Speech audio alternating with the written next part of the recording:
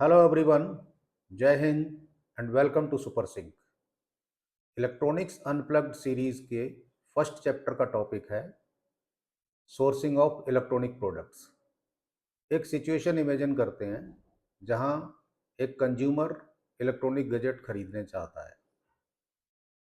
अब उसके सामने बहुत सारी मार्केटिंग कैंपेन्स, एआई के द्वारा प्रिपेयर किए हुए बहुत सारे एड्स, ये सब हैं। इनमें से वो कौन सी कंपनी या कौन सा सोर्स जहां से प्रोडक्ट आ रहा है उसको खरीदना चाहिए, ये एक दुविधा रहती है उसके सामने। इनफैक्ट इंडियन मार्केट में इलेक्ट्रॉनिक प्रोडक्ट्स तीन सोर्सेज से आते हैं।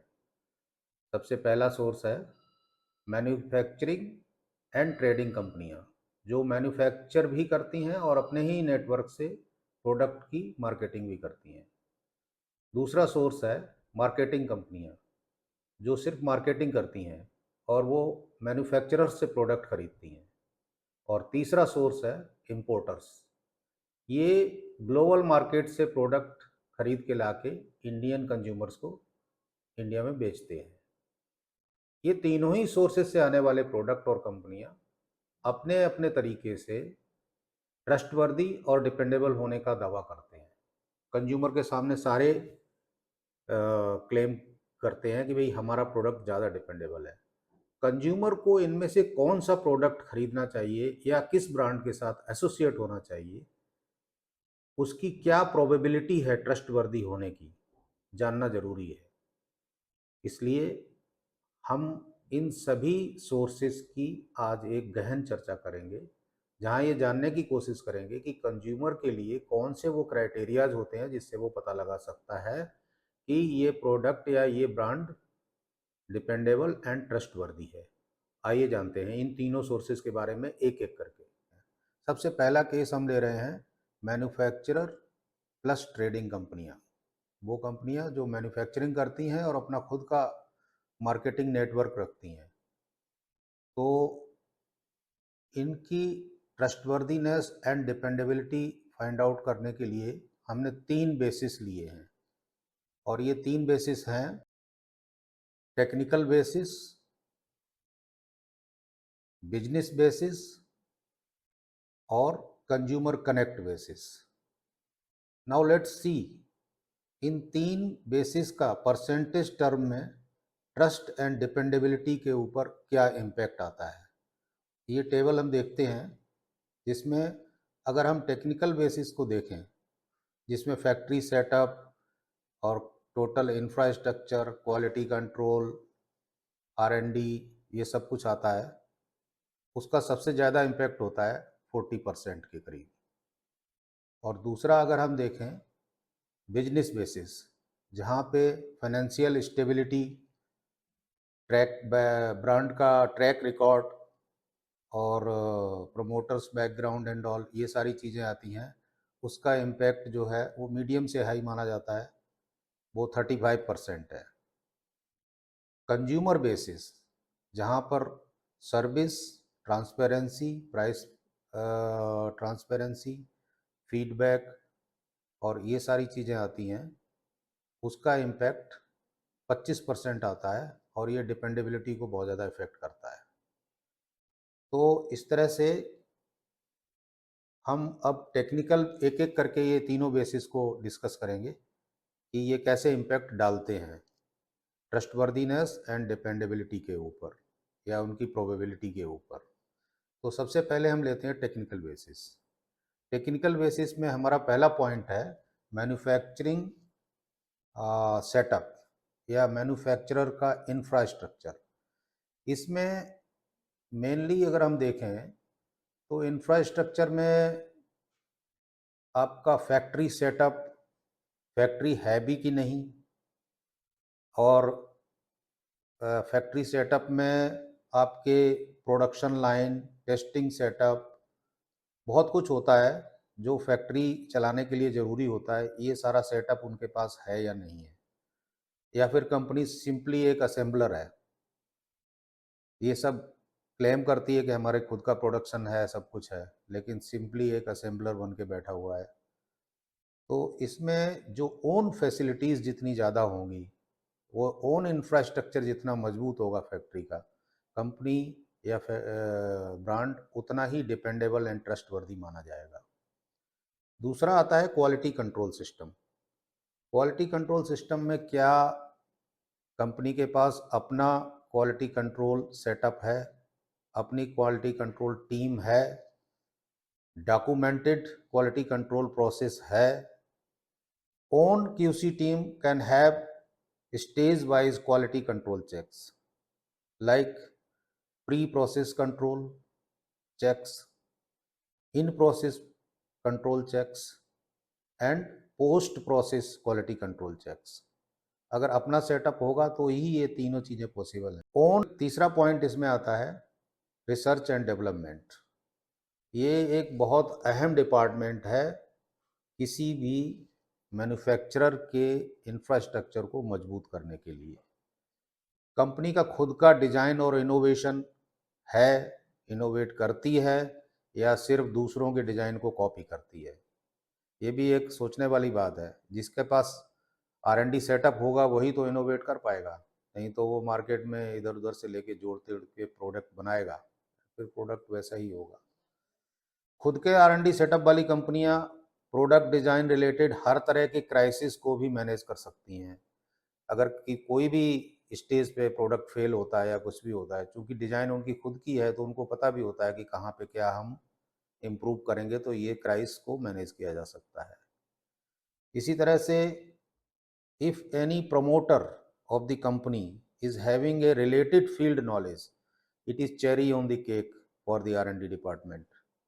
क्योंकि अगर प्रमोटर खुद टेक्निकल बैकग्राउंड से आता है तो वो सारी डिजाइन और ये सारी चीज़ें समझता भी है, उनमें क्या करवाना है और कैसे होना चाहिए, ये प्रमोटर के हाथ में अगर है तो इससे बढ़िया और क्या हो सकता है। तो R&D में निवेश करने वाली जनरली कंपनियां बहुत स्ट्रांग होती हैं, और निवेश का मतलब यहाँ पर यह है कि उनकी खुद की डिजाइन है जिसको कि वो अपने अपने हिसाब से लेकर चल रही हैं, किसी से कॉपी नहीं कर रही हैं। तो ये कंपनियां जो R&D को ज़्यादा महत्व देकर और उसको अच्छे से मेंटेन करती हैं, ज़्यादा ट्रस्टवर्दी और डिपेंडेबल होती हैं। चौथा पॉइंट आता है technically qualified and skilled team.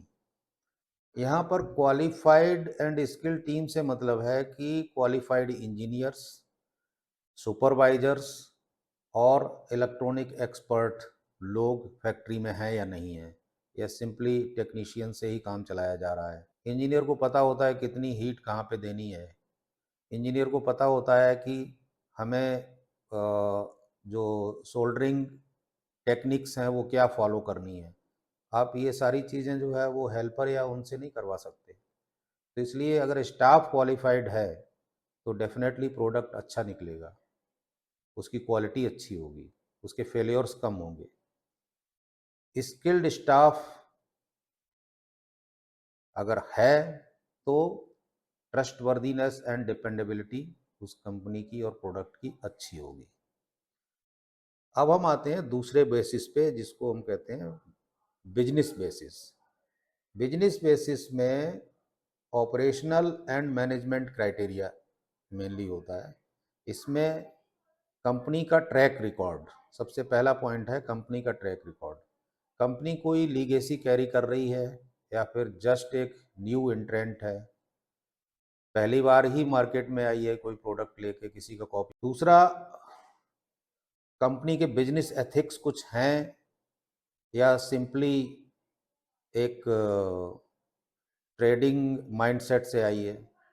मैं आपको यहाँ पे एक एग्जांपल देता हूँ कि इन जनरल जैसे बहुत सारे आपके सामने भी एग्जांपल आए होंगे कि कंपनी आई, उस एक नया फंडा लेकर आई, कोई नया आइडिया लेकर आई, वो आइडिया पब्लिक ने बहुत लाइक किया और पब्लिक ने खूब इन्वेस्ट किया उसके अंदर, कंपनी ने अच्छा खासा मुनाफा कमाया, एंड फाइनली चूंकि उनके बिजनेस एथिक्स या ये सब चीज़ें ठीक नहीं थी, इससे कंपनी अल्टीमेटली फेल होती है। अब फेल तो हो जाती है लेकिन जिन लोगों ने उसमें इन्वेस्ट किया था उनका तो पैसा गया, लेकिन कंपनी के पास खूब सारा पैसा है। कंपनी अब अगर कोई दूसरा आइडिया लेकर आती है तो उसके पास इन्वेस्ट करने के लिए बहुत सारा अमाउंट है और वो हर चीज में इन्वेस्ट भी कर सकती है, लेकिन उसके बिजनेस एथिक्स ना होने की वजह से कंपनी के ऊपर ट्रस्ट नहीं किया जा सकता। उस ऐसी कंपनियों की ट्रस्ट वर्दीनेस या डिपेंडेबिलिटी एकदम लो या जीरो कही जा सकती है। तो इस तरह के और भी एग्जांपल्स आपके सामने भी आए होंगे। दूसरा है brand value and market reputation. तो ये भी देखने की बात है कि कंपनी का अपना ब्रांड है, क्या ग्राहक उसको पहचानते हैं, रिपीट कस्टमर्स आते हैं, या फिर सिंपली बिना ब्रांड के ही, कोई रजिस्टर्ड ब्रांड भी नहीं है लेकिन वो प्रोडक्ट लेकर आ रही है मार्केट में। ब्रांड वैल्यू बनाने में बहुत एफर्ट्स लगते हैं, और जो कंपनियां ब्रांड को लेकर चलती हैं जनरली ट्रस्टवर्दी और डिपेंडेबल होती हैं, क्योंकि ब्रांड वैल्यू अगर आपकी डिटोरिएट होती है तो कंपनी अफोर्ड नहीं कर सकती उसको। तो जनरली ब्रांडेड कंपनियां, इसीलिए ब्रांडेड नाम लोग हर फील्ड में बोलते ही हैं, ब्रांडेड कंपनियां या ब्रांड वैल्यू मेंटेन करने वाली कंपनियां अच्छी, ट्रस्टवर्दी एंड डिपेंडेबल होती हैं, इनकी प्रोबेबिलिटी ऑलवेज हाई होती है। देन फाइनेंशियल स्टेबिलिटी, आर्थिक रूप से मजबूत कंपनियां अच्छी मानी जाती हैं।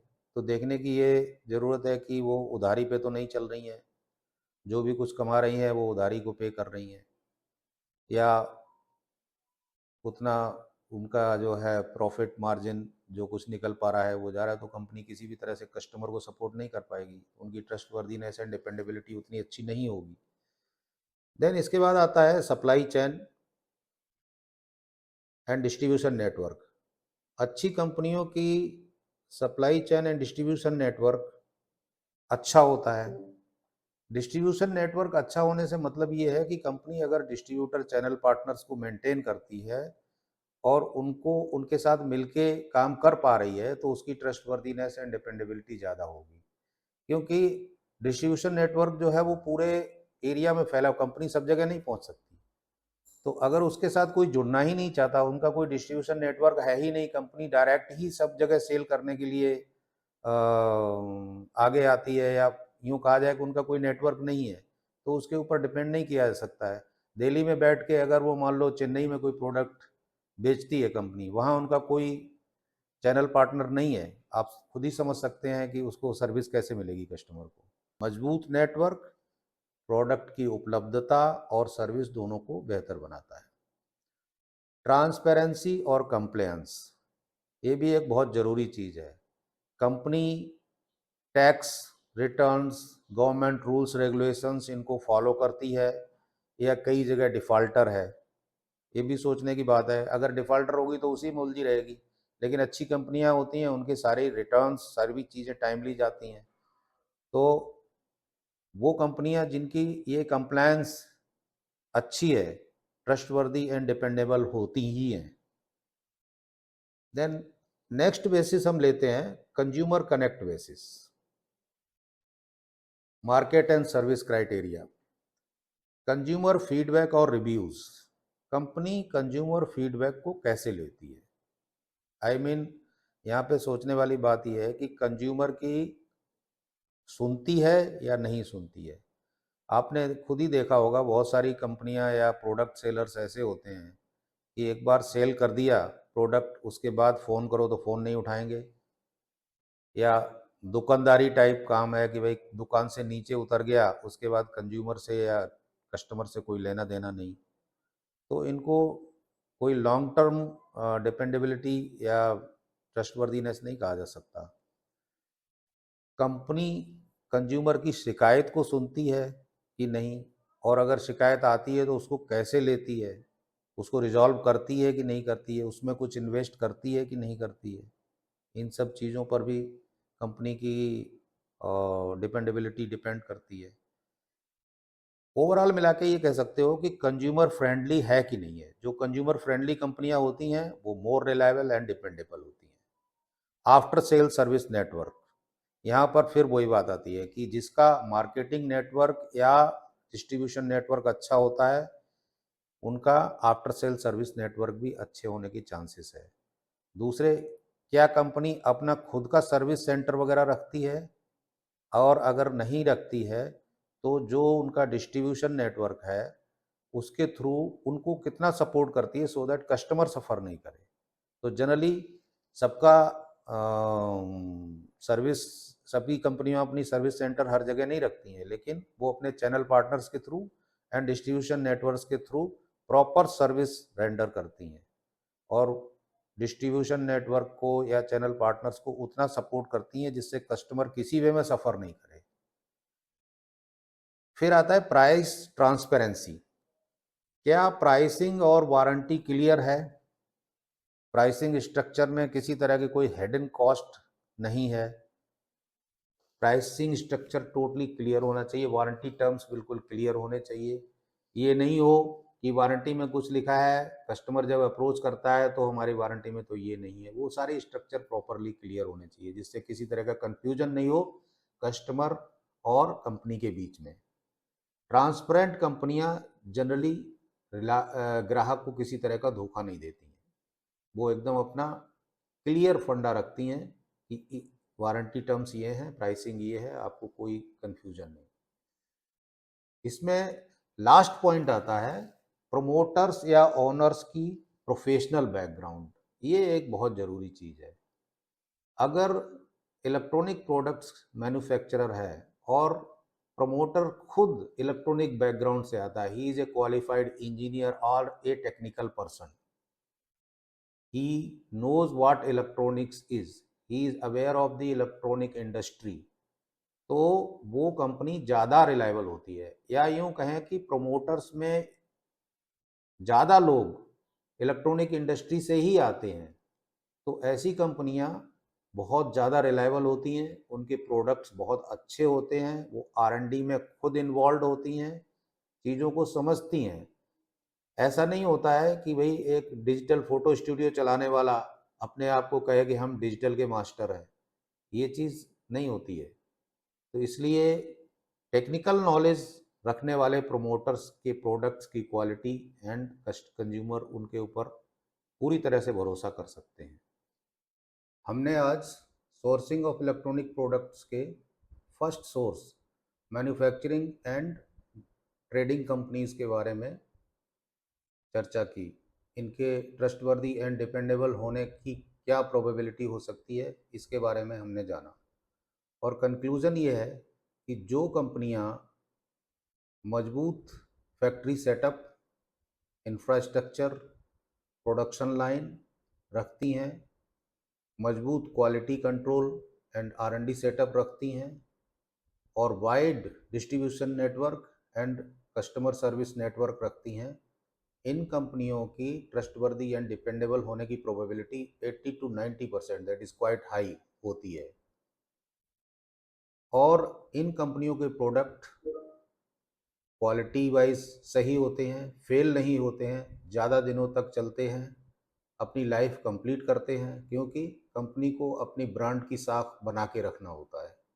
तो इसलिए कंज्यूमर को भी एज ए सोशल रिस्पॉन्सिबिलिटी कचरा ना खरीद के एक टिकाऊ और अच्छा प्रोडक्ट मार्केट से खरीदना चाहिए। अब हम अपने अगले सोर्स मार्केटिंग कंपनियों के बारे में नेक्स्ट वीडियो में चर्चा करेंगे। तो stay tuned. Vande Mataram. Thank you.